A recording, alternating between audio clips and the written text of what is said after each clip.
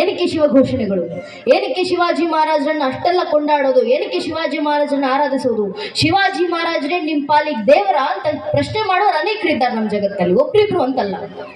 ಬಹುಶಃ ಶಿವಾಜಿ ಮಹಾರಾಜರು ದೇವರಲ್ಲದೇ ಇರ್ಬೋದು, ಆದ್ರೆ ಇವತ್ತಿಗೂ ಮುಕ್ಕೋಟಿ ದೇವರುಗಳನ್ನ ಜಗತ್ತಿನ 100 ಕೋಟಿ ಹಿಂದೂಗಳು ಮನೆಗಳಲ್ಲೂ ಆರಾಧಿಸ್ತಾರೆ ಅಂದ್ರೆ ಅದಕ್ಕೆ ಮುಖ್ಯ ಕಾರಣ ಛತ್ರಪತಿ ಶಿವಾಜಿ ಮಹಾರಾಜರು.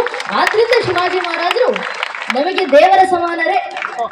ನಮ್ಮ ಮಠ ಮಂದಿರಗಳ ರಕ್ಷಣೆಗೆ, ನಮ್ಮ ಸನಾತನ ಸಂತ ಪರಂಪರೆ ರಕ್ಷಣೆಗೆ ಪೂಜನೆ ಸ್ವಾಮೀಜಿಯವರು ಬಹಳ ಸುಂದರವಾಗಿ ಪ್ರಸ್ತುತ ಮಾಡಿದ್ರು. ಶಿವಾಜಿ ಮಹಾರಾಜರು ಯಾವ ಬೇರುಗಳಿಂದ ಅಡಿಪಾಯದಿಂದ ಮೇಲೆ ಬಂದಿದ್ದಾರಲ್ಲ, ಆ ಬೇರುಗಳು ಬಹಳ ಹಿಂದಿನದ್ದು, ಬಹಳ ಘನವಾದದ್ದು, ಬಹಳ ಗಾಢವಾದದ್ದು. ಆ ಬೇರುಗಳು ಯಾವುದು ಅಂದ್ರೆ ಸನಾತನ ಧರ್ಮದ್ದು. ಆ ಬೇರುಗಳಿಂದ ಉದ್ಭವವಾದಂತ ಈ ಸನಾತನ ಧರ್ಮ ಎಂಬ ಆಲದ ಮರದ ರಕ್ಷಣೆ ಇದೆಯಲ್ಲ ನನ್ನ ನೆಚ್ಚಿನ ಬಂಧುಗಳೇ, ಖಂಡಿತವಾಗ್ಲೂ ಸಾಮಾನ್ಯವಲ್ಲ. ಇದೇ ಸನಾತನ ಹಿಂದೂ ಪರಂಪರೆ ನಾಶ ಮಾಡಬೇಕು. ನಮ್ಮ ಮಠ ಮುಂದೆ